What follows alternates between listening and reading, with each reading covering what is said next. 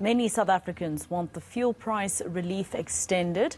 The R1.50 deduction of the fuel levy goes a long way. There's already speculation that motorists will be in for another increase at the pumps. Let's talk to Outa's Stefanie Fick. She's the Executive Director of Accountability there. Stefanie, thank you very much for joining us here on All Angles. Now, first of all, of course, this is something that South Africans have been calling for, and although government has extended it, we're not sure whether or not it'll come to an end. But in reality, is it possible for them to actually keep it forever, this fuel price levy deduction?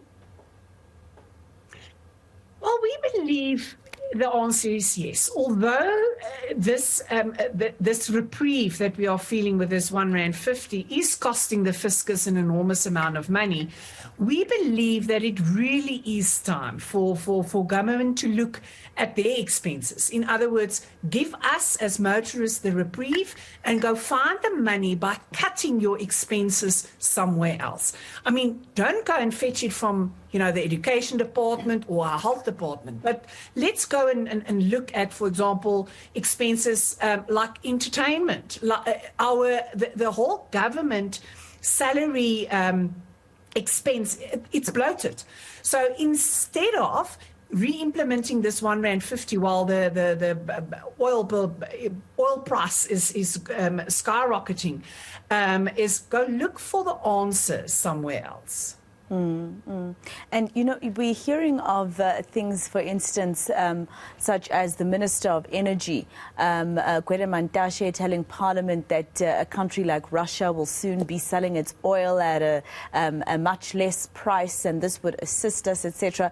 This, of course, would be a bad move for South Africa. Besides the sanctions we'll get morally, that would be wrong. It would be like supporting apartheid, right?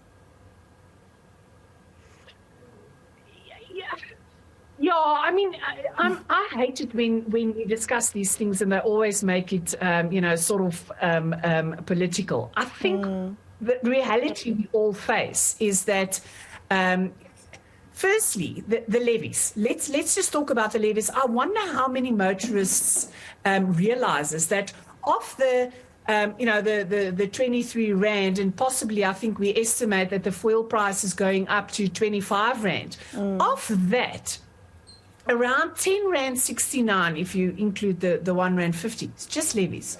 Levies that were increased at an average of 9% per annum. In other words, this is now the levies, the fuel levy, the road accident fund levy.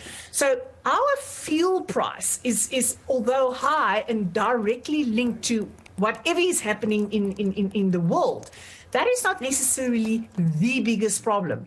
It is our economic forecast. In other words, the Rand-dollar exchange rate is a problem. Just for interest sake, just to maybe bring that point across. In April of 2008, the oil price, so the average oil price per barrel, were higher than it is now. We were, however, paying less for petrol. Why? Because the average Rand-dollar exchange rate was 7 Rand 94. We are now talking about an exchange rate of 15 Rand and more. So it is not just what is going on around the world and the oil price and all of that. It's also what is happening to our economics. In other words, for example, the Rand-dollar exchange rate.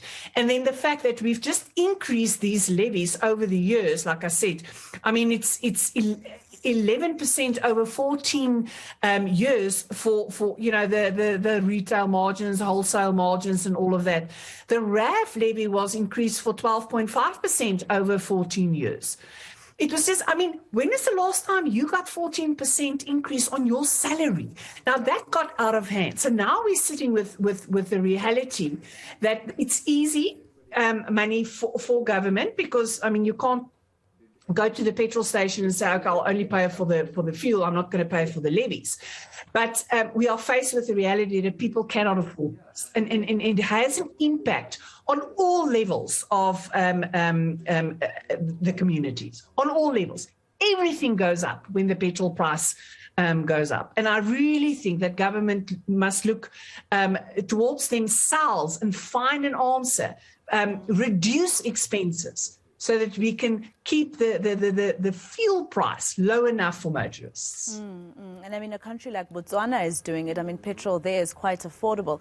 But of course, you know, one of the reasons that we were given in terms of why there's a fuel levy was so that they could encourage South Africans not to waste octane. I think that was one of the reasons that I saw, not to waste octane, whatever, so that we can use 95 and 93, etc. But I think they've grilled that in our heads now, and I think it's enough. What other purpose is there to keep the fuel levy while people suffer like this and people are wondering where they're going to get the next meal?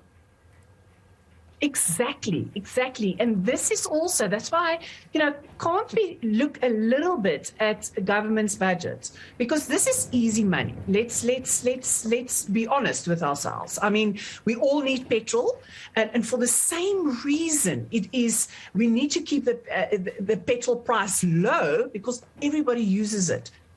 If it's not because you buy food, the food is delivered and someone needs petrol in order to get the truck and deliver the food. So it really has an impact on each and every person.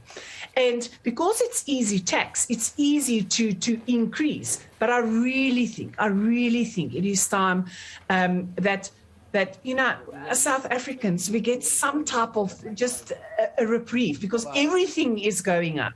And it's becoming impossible for households. And we sit with an unemployment rate that is skyrocketing. It is time that we create jobs. It's time that we stimulate the economy. I think, really, in all honesty, and please differ from me, but people just want to look after themselves. We talk about social grants. Yes, that's also necessary because people will go hungry. But I think ultimately people want to look after themselves. So what do they need? It's jobs so that they can go out, work, earn a living, and then pay for their families. Exactly. And I think the fuel price. It's also the middle class that also suffers because of all of this. Thank you so much, Stefanie, for speaking to us. That was Stefanie Fick. She's Outa's Executive Director of Accountability.